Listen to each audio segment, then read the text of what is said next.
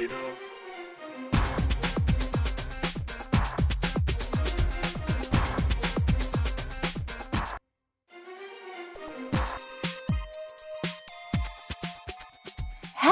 and welcome everyone to another essential episode of A Different Kind of Woman. A Different Kind of Woman does her best. The mother-daughter relationship is probably one of the most complicated relationships any woman has or ever experiences. But do we grow up to be just like our mothers? Take Kate Hudson, daughter of Goldie Hawn, who told Elle, "My parents allowed my brother and I to have freedom. We could be ourselves and feel confident in our choices and make mistakes without too much judgment. I hope that I can do as a good job." Also, Willow Smith told a journalist, "Growing up, all I saw was my parents trying to be the best they can be and people coming to them for wisdom, coming to them for guidance, and them not putting themselves on a pedestal." So is this tendency to replicate how you were raised something you were born with, or is mothering taught? On today's show, just like my mother, we'll be discussing this and much more. Joining us in the studio is Dr. Carolyn Weber, a consultant child and adolescent clinical psychologist. In your experience, Carolyn, what is the biggest strain between the mother and daughter relationship? Because I know it varies between, depending on the age groups. Yeah, exactly. I think certain strains on that relationship happened around adolescence, for sure. Yes. And then you can have other strains sort of later on in development. But I think that if the mother is overly involved with the daughter, whether it's as a teenager or as an adult, that can cause a lot of difficulties in the relationship and for the individuals involved. Yes. I know it all too well because even for myself, as the years went by, I learned how to value, how to respect my mother. Yeah. And our relationship has taken different turns over the years. Yeah. But as you said, it varies depending on the different stages of life. Yeah. Every relationship is different. Every relationship, mother-daughter, is unique. It is, and there are other factors that could contribute to it being more difficult at certain times. Yes. Other factors that are going on in the people's lives. Yes. But I think if somebody is a little bit too involved, a little bit too controlling, it can create difficulties. And I think if the mother is wanting to almost relive their childhood or adolescence or early adulthood in a different way through their child, it can be their expectations, not actually what the daughter wants. And that can create a lot of difficulties, really. It's so true, because expectations, and as parents, they do have expectations for their children. It's natural. But not all the times the expectation matches what the child wants or the adult. And I think what can happen is sometimes the daughter can end up not really knowing what they want themselves because they've been so guided by the mother because the mother wants the best for them.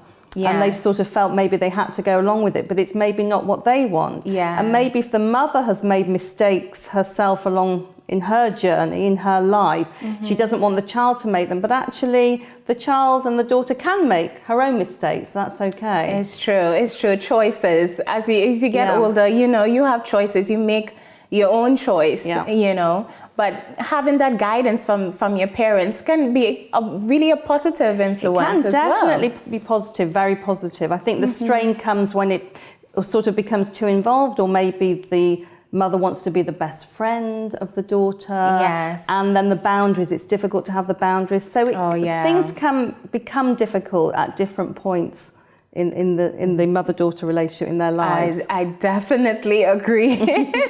I definitely agree. So what can mothers and daughters do to prevent the relationships from becoming toxic? Yeah. I think it's always about communication in any relationship and especially in the mother-daughter. Yes. So I think if things have become difficult, it's about being able to talk and to listen to each other. Because actually it's sort of active listening that is different from partially listening and not really taking it on. Mm-hmm. So I think being able to confront difficulties when they come, not leaving them for a long time, then things become much more difficult. So an open communication is really, really important. And active listening and empathy, because actually what daughters often want is just to be listened to. And someone to empathise with them about what they don't always want an answer. You understand. You don't always need an answer, you just need to be heard and listened to. And I think the other thing that can help is being able to separate. So, you know, when you're a toddler, you learn to separate a little bit from your parent. And when you're a teenager, you have to be able to separate. So I think encouraging that independence is important and allowing it, but it's hard. It's really hard. I'm not going to say that sounds easier than done. It's really tough. It's really difficult. Yes, and you have parents. You are a parent yourself. I am a parent, yes, of teenagers, a bit older. Oh, wow. 17 and 19. So I kind of have been through, or I'm going through various stages. I remember when I was a teenager, when my mother, you know, advised me of things. When I was young, I would be like, yes, ma'am. You know, I would listen. As I got older, it was like, no, I want to do my own thing. I want to go out. I want to go out later. She's like, come home this time. And this time is like, I can stay back a little later. So you see as you go along, you know, in life. It's difficult when you're the child. It's difficult when you're the parent. So it's always tricky to get the balance. It's hard. It's important to get the balance right.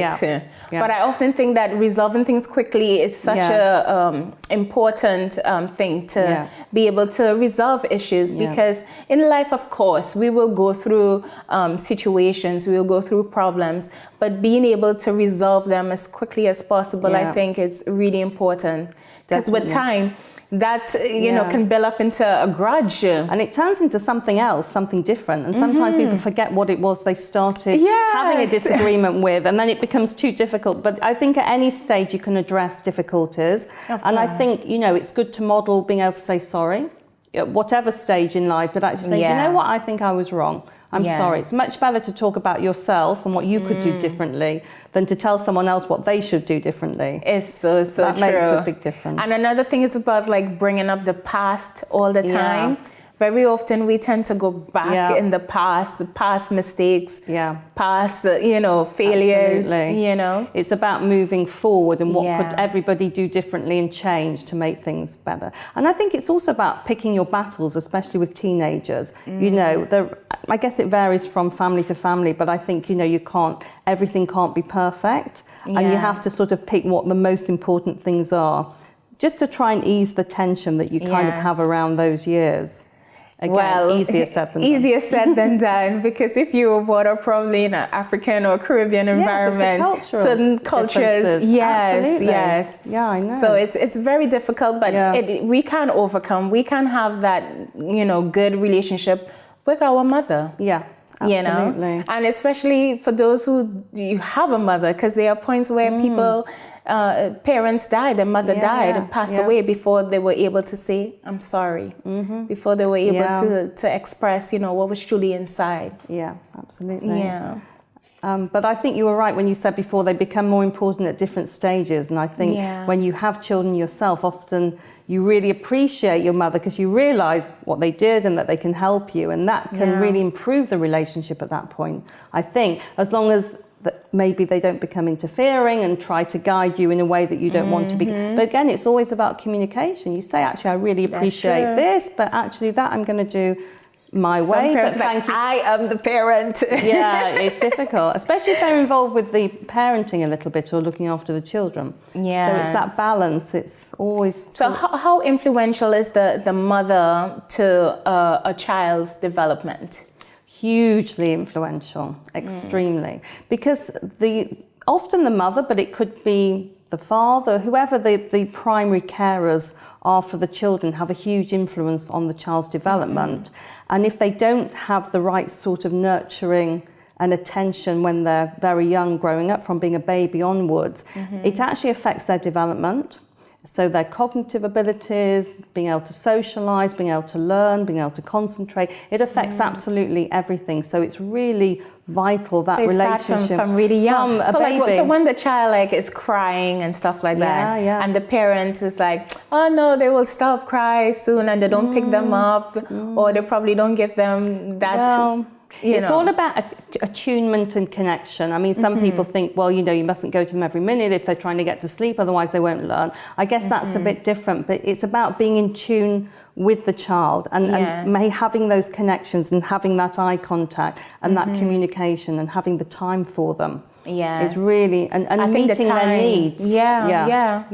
Being able to meet their needs and making the time. Because we live, in such a busy world where everything is now for now. We're so busy that sometimes we don't invest that quality time. Yeah.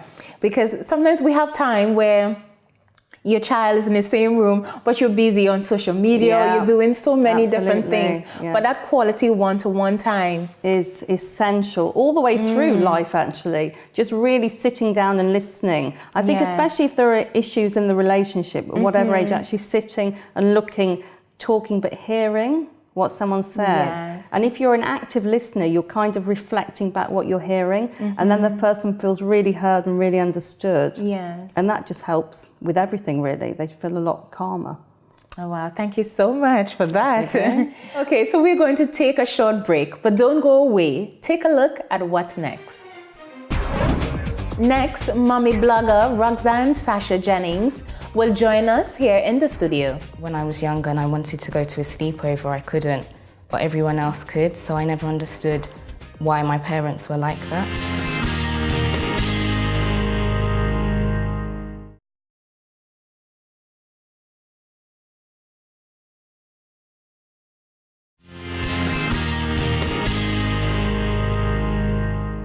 Welcome back on today's show, Just Like My Mother.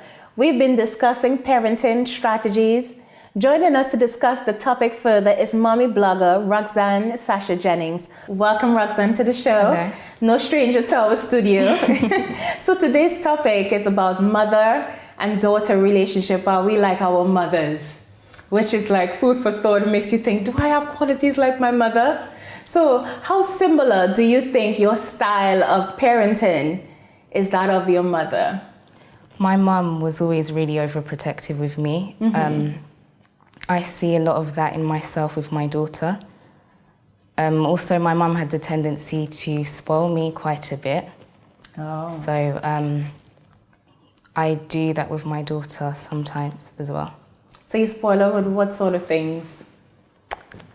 She likes books, so with books, toys. Oh, wow. That's nice. How old is she? 2.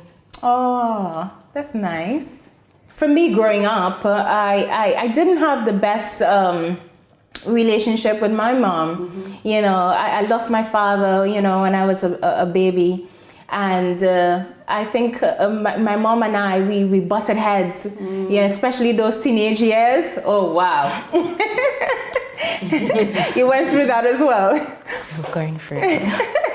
I think, many teenagers go through that that transition, But as I got older and as I moved from my homeland to live here in this country, our relationship has grown from strength to strength. And now I get it. Yeah. Now I understand why she was so strict in certain regards, why, she was, I guess, protective, against the boys and all of that. Now I get it as I'm older. But back then, it went over my head. Yeah. But the teenage brain develops in a different way as well. So I think that's going on at the time. So it's very hard for someone in those years to really be able to understand. Yeah. Well, although you have some very mature. You can have maturity, but at that time in your life, the way that your brain is developing, you're very sort of centered on yourself and your friendships. You can't really think so much about the parent or parents. Yes, it's so true. It's so true. Okay, so before we go further into today's topic, let's get the facts and the chats from the streets of London. Oscar Wilde wrote, "All women become their mothers. That is their tragedy in The Importance of Being Earnest" in 1895. which was at least 100 years before anyone told you that you were starting to look like your mother. The most popularly quoted study regarding whether we turn into our mothers was conducted in the UK in 2013, not by a research programme or university, but by a gaming site called Dotty Bingo, which noticed that most of the site's users had been introduced to the hobby of bingo by their mothers. Of the 1,000 women surveyed by the site, half reported feeling like they had turned into their mother. Of those women, most reported that they became their mothers between the ages of 30 and 35, with 27% claiming that they completed their transformation at the age of 31. Recent studies suggest that there are biological and chemical predeterminations of many of our personality characteristics, as well as a number of psychological disorders previously considered to be caused by poor parenting, for example schizophrenia, bipolar disorders, anorexia, alcohol and drug addictions. Polling by NetMums, the parenting website, identified the age of 32 as the point at which people are most likely to have irrevocably crossed the line from rebellious youth to being a younger copy of their own mother or father. 6 out of 7 admitted that they had reason to fear they were already turning into their mother or father. I take after each of them in different ways. Mum's really creative, loves to write. I've then inherited that. Dad's really sporty, so I'm not saying I'm really sporty, but I get my desire to do sport through him. So, yeah. I'd say I'm quite liberal, I'm quite open-minded. So yeah, I'd say I differ very vastly from my parents. And yourself? I'm quite similar to my parents, I think, because I've spent so much time around them, so I've picked up like quite a few of their tendencies, but yeah, quite similar. Actually very similar, I reckon. There's quite a lot of things that they teach you and then you don't realise at first, but then you grow a bit older, around your 20s, and you kind of realise that some traits of personality you just caught up and you can't leave actually. So yeah, I would say I'm very similar to my parents.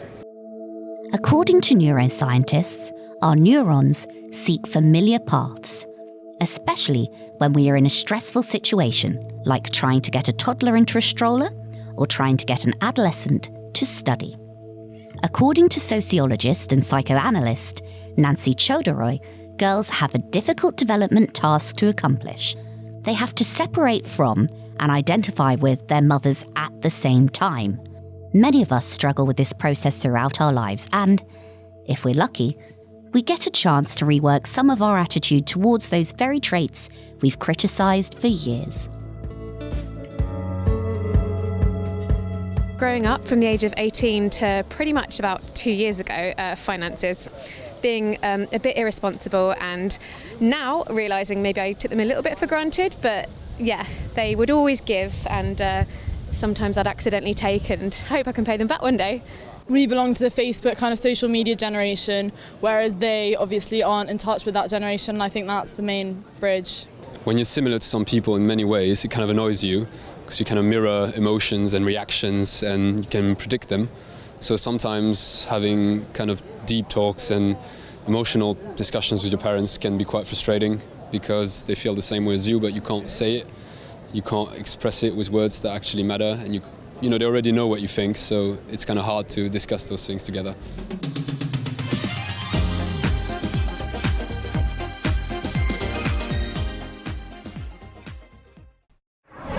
Carolyn, is it normal for mother and daughter to have similar parenting styles? Definitely. Absolutely. I think it's very common that happens. Yeah. Partly because that's what you're used to, because that was your experience of how you were parented. Yeah. And also genetically, I guess you could have similarities in what sort of personality you have as well. But there are occasions when a parent will make the decision that they don't want to parent in the way that they were parented because they really didn't like it. Often we still get sucked into parenting in that way. Yeah. But there are occasions when certain aspects that someone really makes a conscious decision, I'm not going to behave in that way, I didn't like how that felt, and I'm going to really try not to. Sometimes they manage to and sometimes they don't, but even having the awareness is helpful. Yes, it's really a conscious effort that you have to make because it's like it's so in you to react this way. So. And especially as the clip was saying, that if you're in a stressful situation, when if it's a toddler or a teenager, when really you behave in a way that you didn't even think you had inside of you because it was evoking that, then it's much harder to be calm and reflective about what's happening. But you can always do it afterwards and then apologise. Say, do you know what, I got too upset at that, but I'm really sorry, I'm going to try not to, and that's good. I think sometimes, expressing yourself to your parents, telling them exactly the emotions. I think sometimes we hold back because sometimes we don't want to really, show that we're sad or we're upset about something because we were afraid that we'll upset them. Yes. So sometimes we hold back a bit. What is your biggest strain, the relationship that you have with your parents, Roxanne? It would be them being really overprotective. Things like when I was younger and I wanted to go to a sleepover, I couldn't, but everyone else could, so I never understood why my parents were like that. Okay. And as you got older and being a parent yourself, have you understood now? Kind of, but I would hope that I wouldn't be as overprotective with my daughter. Yes.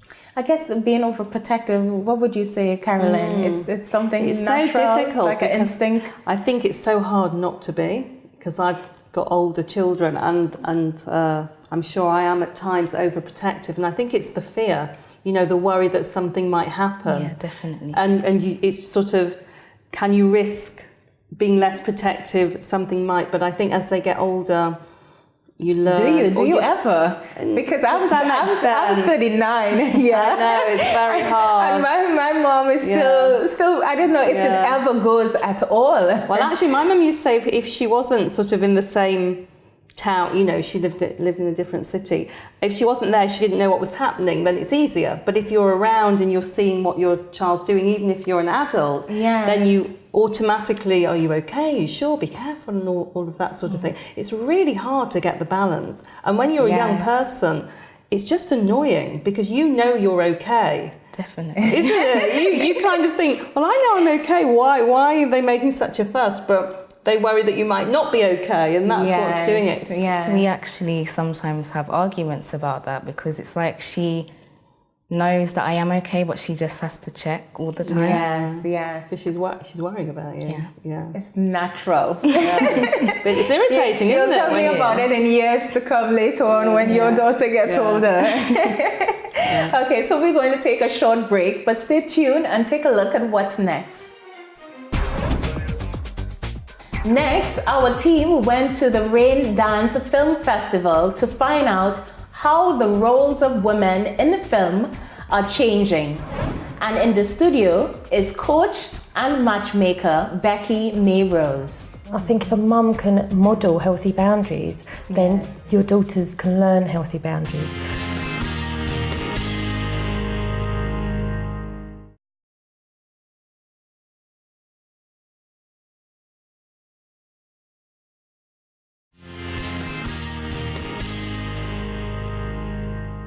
Welcome back on today's show, Just Like My Mother. We've been discussing healthy mother-daughter relationships. Our team went to Rain Dance Film Festival to find out about the roles of women in film. Let's hear more.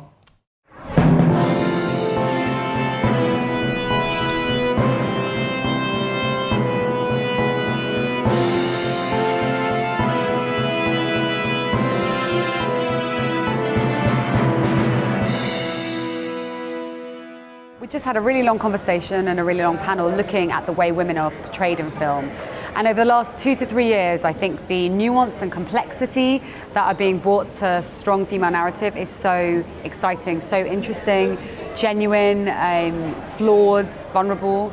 And so I'm finding it really exciting to see the breadth of work coming out of particularly TV and miniseries over the last few years. Obviously something's not right. I can't find a job. Have you ever tried an internship? Tina 是学生吧？我毕业了。学什么的？文学。不错。In 2009, one of my friends who jumped off the pedestrian bridge outside Heathrow Airport. Well, basically, she takes her own life. Our friends were in shock because we didn't know why, and I think it's after that I feel there's a need. I need to find out what happened to her. When I start to discover, I find out that she actually worked in as an illegal masseuse in an illegal massage parlor. My character Anna obviously goes to a very dark place in the film. That pressure of making ends meet is very identifiable to lots of people living in this country and all around the world. There's a huge increase recently in women written and women directed stories that have women and protagonists, and that's exciting to me because I think that'll continue to develop as we move forward. It's become much more popular and trendy to have that, so I think that will only continue to increase. But in mainstream media and more traditional, conventional kind of hand-me-down roles of women, I find it to be, pretty poor. Okay, when you're in my class from now on, you are known as Lucy. No more Setsuko. Lucy. I think I can just do my thing, and hopefully that can inspire people, maybe. But it's so hard to change anything. So I think you can only care about like what you can do, rather than try to change the system. Then it's like really like a losing battle, I think, when you try. But as long as I keep trying what I need to do, what I want to do. There aren't many female filmmakers in Japan, but it's always in UK or US. Because my family is very supportive, that's why I can do what I'm doing, I feel. So I feel very lucky. I think I can't speak for someone else. Let it go.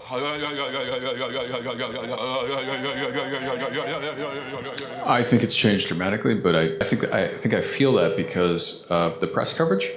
Then when I look back at the actual, like the films that I was watching when I was in high school and things like that, I mean, there's still, Catherine Bigelow was still a big director. She was making Point Break. There were female directors kind of making interesting films. There's a lot of, I think, focus on kind of trying to shift the, or at least fill the gender gap. I think we have a lot more appetite for exploring the difference between the masculine and the feminine for a slower paced film. Something more about questions of belonging or being your best self, like being authentic and how to bring that into the world, separate from what everybody else expects out of you. And things like what makes life meaningful. There's a real difference between a story, like a hero story, a masculine story about set a goal and get her done. These are much more your internal journey, and they're so much more interesting to me. Tengo al marido, ahí está en el asilo. Ya no trabaja, pero ahí lo tengo enfrente, ahí lo estoy mirando todo el día como poste. I wanted to answer, who are we when we start forgetting? And I had this hypothesis in my mind that people who start forgetting, they would surely hold on to that last memory that really defines them and that goes into the core of who they were.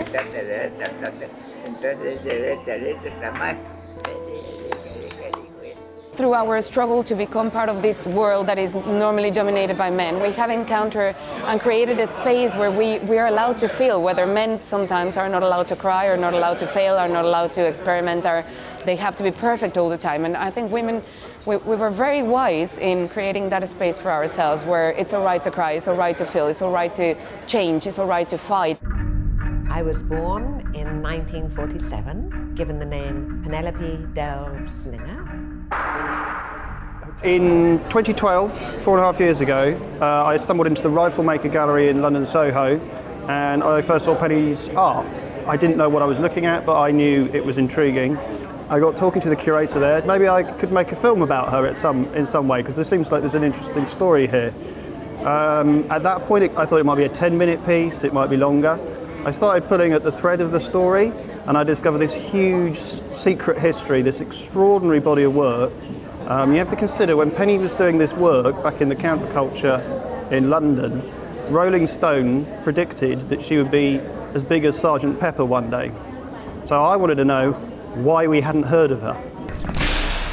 She was very much ahead of her time. Penny's work has the guts to stand up for itself. In terms of the industry, say American indie film, for example, will be a lot more engaged with female stories than, say, Hollywood blockbusters. If you want to know what Hollywood blockbusters think about women, have a look at all the superhero posters of women with their backs to us, looking over their shoulder. I mean, it is obviously flesh that's been sold, and it goes that deep. So I think things are improving. I think with film festivals there are more opportunities for more stories to be told, but at an industry level, the stats are shocking.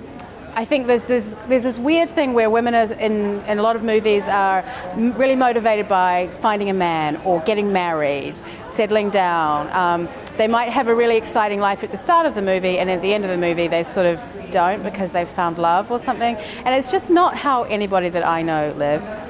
Also, most of the time the dialogue between two women in any movie is completely unbelievable. They'll sit around just talking about men, but actually when I sit around with my friends, we talk about our careers, we make dirty jokes, we talk about politics. None of those things get reflected in what I see on screen.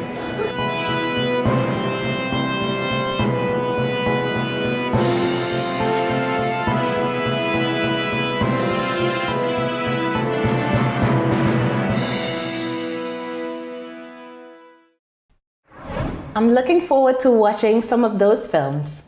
So joining us now in the studio is coach and matchmaker Becky May Rose. Welcome, Becky, to the studio. Hello, thank you for having me. Yes, so I heard you run an event called Mom Means Business. Yes. I love the title. Moms Means Business. Yes. So how did you start this event?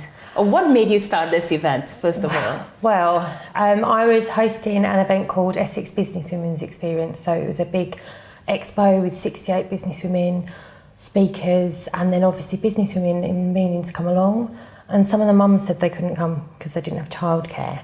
So just yeah, that seems to be your main problem. Yes, exactly.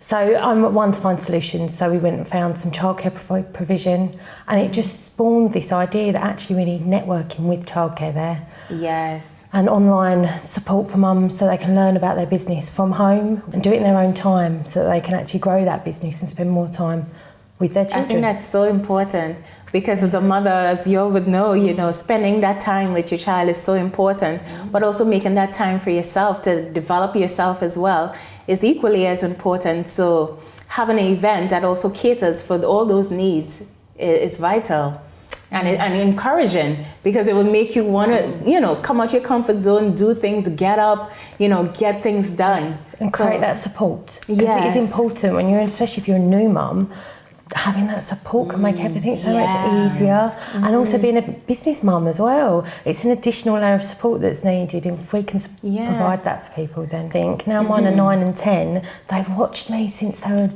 3 and 18 months. To them, running a business is normal and natural. And my 10-year-old wants to be a businesswoman at 10 years old. That's something. It was never on my action plan when I started, but it's a nice extra. They're proud of you, I'm sure. Yeah. And so what do you think makes for a healthy relationship, a healthy mother-daughter relationship?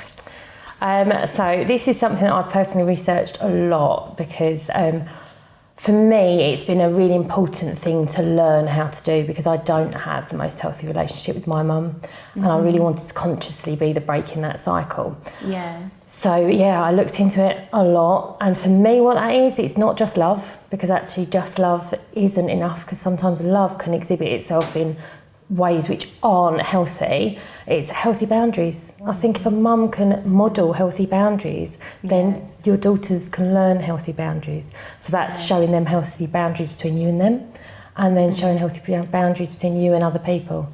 So that's what it is. I've taken note because we did touch on this earlier on about having boundaries. Yeah, absolutely. Yeah, because sometimes the line is a bit blurred between that mother and daughter relationship. Sometimes you don't know who's the daughter and who's the mother. Yes, I think that was where myself and my mum slipped, because she had has quite significant mental health problems, and I ended up doing everything for her, and that was okay until I had my children, because then they need me more, and that needs to shift. And yes, and of course you have to balance it where you take care of your mental health, you have to take care of yourself, of your family as well. So it's finding that balance. Yes, balance is the key word with everything, with when you're working, especially if you've got a business. Yeah. Not letting the business take over too much. Yeah. Making sure that all your relationships around it, that it isn't just you and your children, that actually you allow yourself to have other relationships so they can see that. It's like, how do you make time for your husband or your partner? How do you make time for your love life? Yeah. You know, it's like you have to find balance as well. Business, the children, you know, your love life, your family life, everything. Yeah. Friendships as well. Yeah. Friendships are really, really key. I think more so as you become a mum. Because you change, don't you? You need to talk to other people who are going through your friends change as well. Yes. Yeah, they do. Yes, me and my best friend, our friendship is very different now that we're both mums than it was back when we were younger and going out all the time. Okay, so we're going to take a short break, ladies. But don't go away, as we'll be back with more on Just Like My Mother. Here's a sneak peek of what's coming up after the break. After the break, see what our team learned about women's role at the London Film Festival. We have to struggle every day with sexism.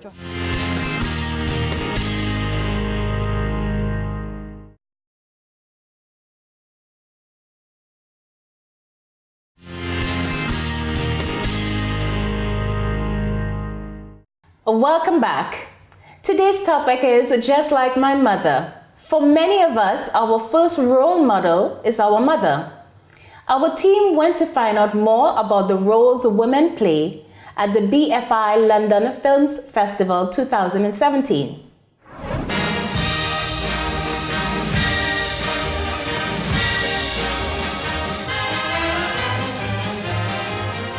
Hello, I'm Lindsay from A Different Kind of Woman. Hi. How believable did you find the characters? Were they based on your own life? And how relatable did you find them to play? Let me just jump in.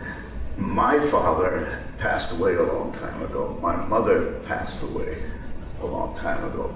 Noah's family is alive, and I think it's natural for him to be somewhat judicious in terms of answering questions like yours. Do you know what I mean? Well, all my movies are personal, you know, but there's a distinction between personal and autobiographical. I mean, these are, you know, it's taken from all over. I mean, I'll steal or borrow from whatever works for the story, you know, and you know, I made a movie, Frances Ha, which, you know, was about a 27-year-old woman sort of figuring out her life, and that felt equally personal to me as The Squid and the Whale did, or this movie did. Don't look at your shoes, don't look at the sky. Say it with confidence and look at me. So it's my own story, so I wrote it myself, and I was studying at the London Film School. I studied here, and I made a short film about two siblings that found their grandma dead, and I realized that it was something that I really wanted to keep exploring because of my personal experience. So, and at the London Film School they always said, you should start talking about what you know. So it was very natural, you know, like after this short I decided that this should be my first film, you know. I think that we are a bit getting better and better on portraying women in films, and mainly I think that it's because there are more and more women filmmakers, you know. I really think that it has a lot to do with that. I don't know if it's my mother, but my sister, my younger sister, had a baby when she was really young, and she mostly raised the baby by herself. She was a single mother, and I helped her a lot. And when she was in school, in college, I used to take care of her baby, and I got really close to her baby, my niece. And I think the film talks a lot about that, on how you raise a child, and a child has it's a kind of love that's really strong when you have a child that depends on you, but also it's very difficult sometimes to educate because the child has an instinct and has its needs, but also you want to educate the child to learn to behave and respect others. I think for me, when you portray a woman, even like a woman that is established and has her place in the world and her professional work. We have to struggle every day with sexism and to have to be respect and to have equal treatment at work. So the decision of writing, directing and acting in the same film kind of like came all from the necessity of like finding a good role for myself. Women look at women in a different way that men look at women. So I think that women telling stories about women, it shows something that we're not that accustomed to see just because the industry has been not dominated by men. And in a way, I feel like women nowadays become more powerful after a certain age, and so I think that there are more and more roles written for women much older than we're used to seeing past films. When I came home, I was looking outside my window, and I live next to a fishing village. And when I was growing up, I would go and play there all the time, and there were all kinds of fishermen there. The grannies would wave hello, washing their clothes up by the sea. But if you go to those spaces today, there's no one there anymore. The story, which is a fairy tale about a girl who's allergic to the sun, set in the last fishing village of Hong Kong, it's a metaphor for Hong Kong itself. The world is changing how they perceive strong women, and the space for strong women to assert themselves is getting bigger. So I think the film, our film, which is about a girl who is allergic to the sun and doesn't belong to this tiny little village and is persecuted by people around her, it's the story of this girl's becoming. What are you looking at? You. Hi everyone, this is Jenny Cortez Ibanez reporting for DKW. Right now we're at the red carpet event for the film The Killing of the Sacred Deer, a very exciting and the most anticipated psychological horror of the year. And it's directed by Yorgos Lanthimos, who also directed The Lobster, for those of you who don't know. Plus later hopefully we'll get to meet all the stars of this amazing film, including Colin Farrell, Nicole Kidman, Lacey Silverstone and hopefully many others more. So let's go, let's check it out. 'Cause we got the fire and we're burning one hell of a something. What qualities do you think make a good female protagonist these days? I think being who you are, being yourself, not changing for anyone. Yeah, and I think not caring what people think, I think is the best thing, you know, not doing what other people want you to do. How influential are the women in your life, in general, but also in your work? Well, that's an interesting question because I basically grew up with women, with my grandmother and my aunt and my mother. So I don't know how it ends up playing an important role in my life, but I guess it has kind of formed me in some way. I love working, you know, with great actresses, and a lot of my main characters are women. And actually, I just finished filming something that has 3 women as the main protagonists. So there you have it. This year we have 25% of the program directed by women, which feels like it's still not enough, but it's over 60 feature films, and there's definitely a correlation, I think, in recent BFI filmography launch. We could really see that there's a correlation between the roles for women on screen and who's crewed up behind the scenes. So more women as directors, as producers, is definitely likely to lead to stronger roles for women in front of the camera. And I think this year, one of the things that's really exciting about the program actually is that you know, there's a lot of really powerful roles for women in our headline galas. Emma Stone in Battle of the Sexes playing Billie Jean King, who did so much to address gender inequity in this, you know, in the field of tennis. We've got tonight Nicole Kidman doing a brilliant performance in Yorgos Lanthimos' The Killing of a Sacred Deer. There's some really interesting roles for older women this year in the lineup, which I think is also a sort of powerful testament to the fact that, you know, this idea that everyone has to be young and beautiful also needs to shift in our culture. Not that I've got anything against young and beautiful, but you know. like show business, like no business I know. So ladies, do you think the role of a mother comes naturally? I don't think so. It doesn't come naturally for you? No, for me it does. But I mean, for some women that I know, it hasn't come naturally to them. Okay. Also, a few of my friends have really difficult relationships with their mums. So their mums were not maternal to them at all. But they've gone on to have their own children and they're really good mums. Yes, it happens. It happens. What do you think is the reason for that, Doctor? I think if someone's had a very difficult experience when they were growing up and the relationship was difficult with their mother for whatever reason, I think it can become very difficult to parent because you haven't necessarily had that experience of being parented in a maybe positive way.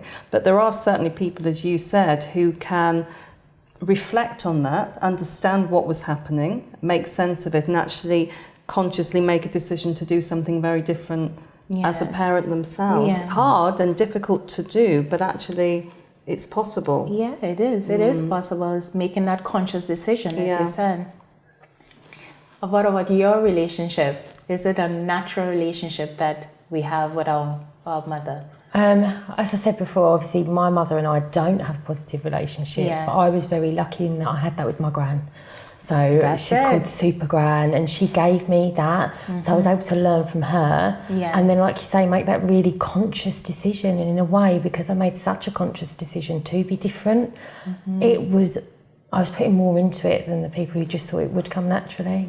And it's paying off. I mean, my daughters are literally my favourite people to spend time with, which is a wonderful thing to have. Yeah, because I think not all the time, for some people, they don't have their mothers around, but they have their grandparents, they have their grandmothers, so having that relationship as well is just as beneficial, I think. It's having that attachment to somebody that makes you feel good about who you are and the sort of person you are is what's so important. And then you're able to have positive relationships with other people, whether it's your children or partner or friends or whoever. Or adopted ones. But whoever it is, I think if you've had that experience, it affects your sort of inner world, the sort of person you feel you are. But when we're parented, that's our experience of what a parent does and what a parent is. And it's very easy to fall back onto that when you then parent. So if you're making the conscious decision not to, then you're managing to cope with that, which isn't easy. But your grandmother was that maternal role model by the sound of it. Definitely. I would say, I put my hands up, I'm not the perfect mum. I've had moments where I've snapped and I've acted out like my mum because it's what I knew, and it's in that moment, it's that moment of complete stress that bad experience can come out. And it's being really honest and open about that and saying, actually, do you know what, girls? My relationship with my mum wasn't amazing. I'm trying my best. I'm really sorry. It wasn't you. That was me. And the minute you take responsibility, it stops that ever becoming the child's worry. That's always been my most conscious thing. I would never want my children so that they don't take on the worries. But that's great because you're repairing all the time, which a lot of parents aren't able to do, and then it really affects relationships. So the fact that you could do that and repair it with your children and say, sorry, I shouldn't have done that, you explained why, is amazing. But what's then lovely is then you see it between them. So if they ever as children, we were talking outside, they like hit out and hit each other or whatever as children do. I say, I'm really sorry, I didn't mean to do that. I had a really horrible day at school today. You're 9 and 10. But you're modelling it, that's fantastic. They learn from us. Everything that we do and how we do things, how we respond, they learn from us all the time. So we always have to be like mindful of our actions, of our words, because sometimes consciously and subconsciously they pick up things. But we can't be perfect, and I think it's fine to be able to say, I did it wrong, I'm sorry. So when I became a mother, I went into it thinking that it was going to be a walk in the park, and I was really surprised at how difficult it was. We all have our moments where sometimes things are not going as we want it to, but I feel like,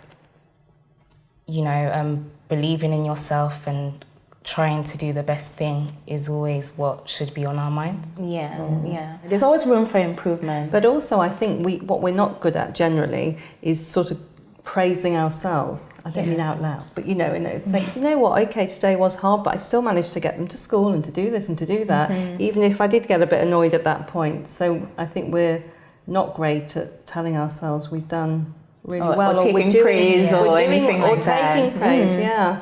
Sometimes I can be really hard on myself as well. Sometimes if my daughter's refusing to eat, or nowadays she wants to dress herself, so sometimes I may get frustrated, but then I always have to take some time and remember that she's just a toddler, she's just learning. So thank you so much, ladies, for your contributions. I've learned a lot. Today's topic really, sort of made me reflect on the relationship that I have with my mother, and I hope our viewers are able to reflect on the relationship that they have with their mother or grandmother at this point in time. So, mother-daughter relationships are really complex. Some are best friends while others avoid each other. However, relationships, there's always room for improvement. Too little time together, you miss your mom. And too much, you feel like, oh, you're suffocating. It's too much, too much time with them.